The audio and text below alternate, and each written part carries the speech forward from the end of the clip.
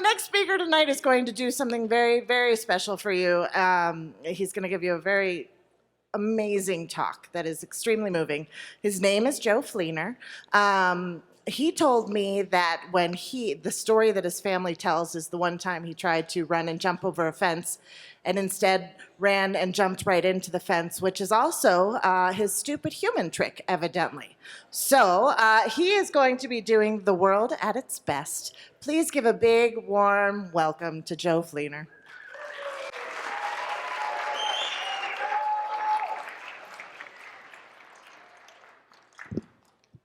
The doctor asked, "Would you like to hold her?" "Yes." She cried two light wah, wah sounds as she squirmed in my hands. And then she settled and just looked and looked and looked. I could see that she was trying to take it all in. This inconceivable reality. And looking into her eyes, I was doing exactly the same thing. That, for me, was when the world was at its best.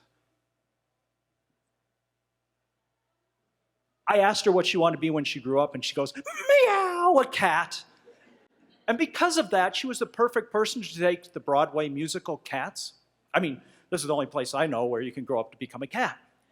They were dressed up like cats, pretending there were cats on stage singing and dancing. It was her dream come true. And for me, I'd been listening to the album for 10 years and waiting to see that show. And the first time I got to see it, I got to see it through her eyes. But that wasn't the best part of that night. See, outside, it was freezing cold, somewhere below zero. And in the glass-arched breezeway, in between 10-story parking garage and theater,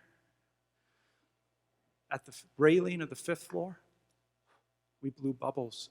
When it's that cold, they freeze almost instantly, and you can catch them and roll them around in your hands. They don't pop easily, so they floated on, and the air filled with them. The warmth from your breath tends to make them rise, so they floated up and rolled along underneath the glass. Blowing bubbles with her in the freezing cold and seeing cats through her eyes. That, for me, was when the world was at its best. In growing up, she had discovered doubt. But one time after having her senior class photo taken with 2 of her best friends, all over Denver, different poses, different places, I picked her up, and on the way home, quietly but deliberately, she said, "I felt pretty." And that, for me, was when the world was at its best. She read what I wrote for her at graduation. What do you tell a graduate that will help? What do you tell them that will stick? Do you let them know all of the feelings you're having, pride, worry for the future? Aren't they going through these feelings themselves? Might it be nice to let them know that someone else is too? And what if you aren't what the world would accept as a great success? What if you don't think that money should be the measure of a successful life? Does a hug say all that? Does "I love you" suffice? When she was little, we had forever. Now, time was limited. Soon, she will be finding her own way. Isn't that what it's all about? So, goodbye to who I dreamt you to be. Goodbye to who I tried to guide you to become. I am eager to see who you truly are and will love you no matter who that is. Unconditional love comes from puppies, and in your case, from Papa too.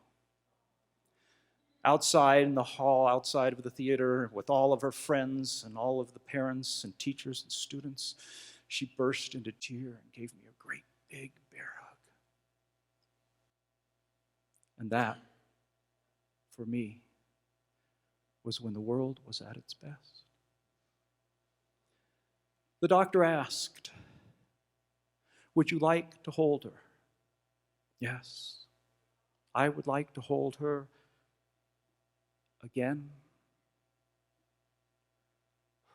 and again and again and again.